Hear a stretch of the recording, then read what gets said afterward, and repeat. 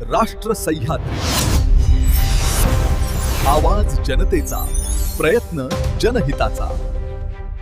अहिल्यानगर मनमाड राष्ट्रीय महामार्गावरील कोल्हार बाबळेश्वर दरम्यान असलेल्या एका हॉटेलसमोर गुरुवारी दुपारी भीषण अपघात झाला. एसटी बसने दुचाकीला दिलेल्या जोरदार धडकेत एका 85 वर्षीय वृद्धाचा जागीच मृत्यू झाला.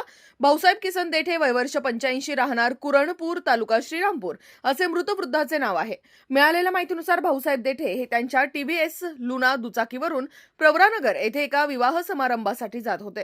महामार्गावरील ग्रीन पार्क हॉटेलसमोर ते दुचाकीवरून रस्ता ओलांडण्याचा प्रयत्न करत असताना समोरून येणाऱ्या MH14 MH6652 क्रमांकाच्या एसटी बसने त्यांच्या दुचाकीला पाठीमागून जोरदार धडक दिली.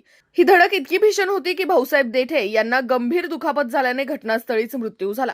आनंदाच्या क्षणात सहभागी होण्यापूर्वीच त्यांच्यावर काळाने घाला घातल्याने कुरणपूर परिसरात हळहळ व्यक्त होत आहे. या अपघाताची माहिती मिळताच लोणी पोलीस ठाण्याचे पोलीस उपनिरीक्षक युवराज आठरे यांनी आपल्या पथकासह तातडीने घटनास्थळी धाव घेतली.